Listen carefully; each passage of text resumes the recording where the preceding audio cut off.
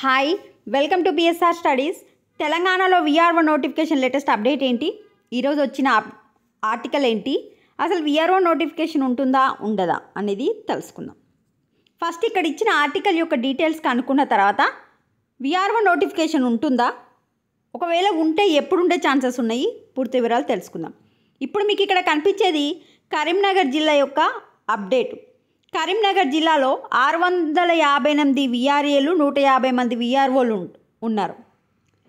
అయితే మనకు government option ఇచ్చింది కదా, గూగుల్లో ఆప్షన్ ఫారం అందుబాటులోకి వచ్చిన వాళ్ళు, ఆసక్తి గల వాళ్ళు మళ్ళీ దరఖాస్తు చేసుకోమంటే 900 పైగా దరఖాస్తులు వచ్చినాయి. కానీ కరీంనగర్ జిల్లా కావాల్సింది 400 మందిని. ఈ 900 మంది నుంచి 400 ఎలా సెలెక్ట్ చేయాలి, అసలు ఏది చెప్పలేదు కదా మనకి. ఈ విద్యా అర్హత ఏంటి, స్థానికత ఏది కన్సిడర్ చేయాలి అనేది అయితే చెప్పలేదు. అసలు వర్క్ కూడా చెప్పలేదు. ఎవరిని రెవెన్యూలో కొనసాగిస్తారో స్పష్టమైన మార్గదర్శకాలు లేకపోగా ఆప్షన్ ఫామ్లో వివిధ అంశాలను పొందుపరిచారు. పుట్టిన తేదీ, విద్యార్హత, స్థానిక, ఏ జిల్లాలో పనిచేస్తున్నారు, ఏ శాఖలో ఉన్నారు, ఏ బాధ్యత నిర్వహిస్తున్నారు, ఐడి నెంబర్, ఎప్పుడు రెగ్యులర్ అయ్యింది, ఎప్పుడు నియామకం అయ్యారు, ఇట్లా degree with maths, degree, inter, 10th ఇవన్నీ తీసుకున్నారు. మరి కావాల్సింది 400 మందినే ఏ విధంగా సెలెక్ట్ చేయాలనేది గవర్నమెంట్కి కూడా ఇంకా అయితే అర్థం కాలేదు. ఎందుకంటే రూల్స్ అండ్ రెగ్యులేషన్స్ అనేది ఇంకా పెట్టలేదన్నమాట. మరి ఇంకోటి ఏంటంటే అసలు ఎంతమందిని రెవెన్యూ శాఖలోకి తీసుకుంటారు అనేది కూడా డౌటే ఉందంట. ఈ మొత్తంలో ఇప్పుడు 658 విఆర్ఏలు 150 మంది విఆర్ఓలలో ఓన్లీ 250 మంది మాత్రమే రీసెంట్గా డైరెక్ట్ రిక్రూట్మెంట్ ద్వారా మనకు సెలెక్ట్ అయిన వాళ్ళు. సో మళ్ళీ 61 ఏళ్ళు పైబడిన విఆర్ఏల భవితవ్యం ప్రశ్నార్థకంగా మారింది.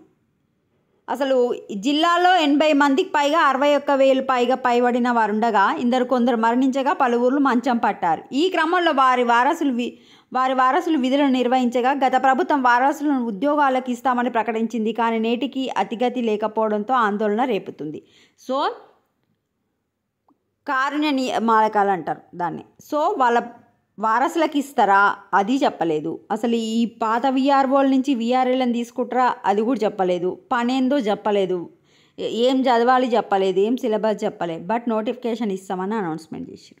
ఇప్పుడు ఇదంతా చూస్తుంటే ఇప్పుడు ఎలక్షన్ సీజన్, ఈ రైతు భరోసా ఇవన్నీ, ఇందిరమ్మ కార్డ్సు, ఇందిరమ్మ ఇల్లులు ఇవన్నీ ఇచ్చిన తర్వాత ఎలక్షన్స్ పెట్టుకుంటారు. ఫస్ట్ ఎలక్షన్స్ పెట్టుకున్న తర్వాత మళ్ళా ఇవన్నిటిపైన వర్క్ చేయడానికి కొంచెం టైం కావాలి. వాళ్ళకి టైం తీసుకొని నాకు తెలిసి డైరెక్ట్ అయితే సర్దుబాటు చేయరు. ఎందుకంటే వీళ్ళకి నేమ్ రావాలి అంటే వీళ్ళు జాబ్లు ఇవ్వాలి. ఎగ్జామ్ పెట్టి జాబ్లు ఇస్తేనే జాబ్స్ నోటిఫికేషన్ వేసినామన్న పేరు ఉంటుంది కనుక 90% ఎగ్జామ్ పెట్టే అవకాశం ఉంది. నోటిఫికేషన్ ఇస్తుంది బట్ లేట్ అవుతుంది. ఇవన్నిటి మీద వర్కౌట్ చేయాలంటే కొంచెం టైం కావాలి. ఇప్పుడు ప్రజెంట్ ఉన్న దానికి గవర్నమెంట్కి అయితే టైం లేదు. ఫిబ్రవరిలో ఎలక్షన్స్ ఉండే అవకాశం ఉన్నాయి, మార్చిలో MPTC, ZPTC. So March are April వరకు మీకు విఆర్ఓ గురించి నోటిఫికేషన్ గురించి స్పష్టమైన నిర్ణయం తీసుకునే అవకాశం ఉంది. సో నోటిఫికేషన్ వస్తుంది బట్ లేట్ అవుతుంది. ఇది నా అభిప్రాయం.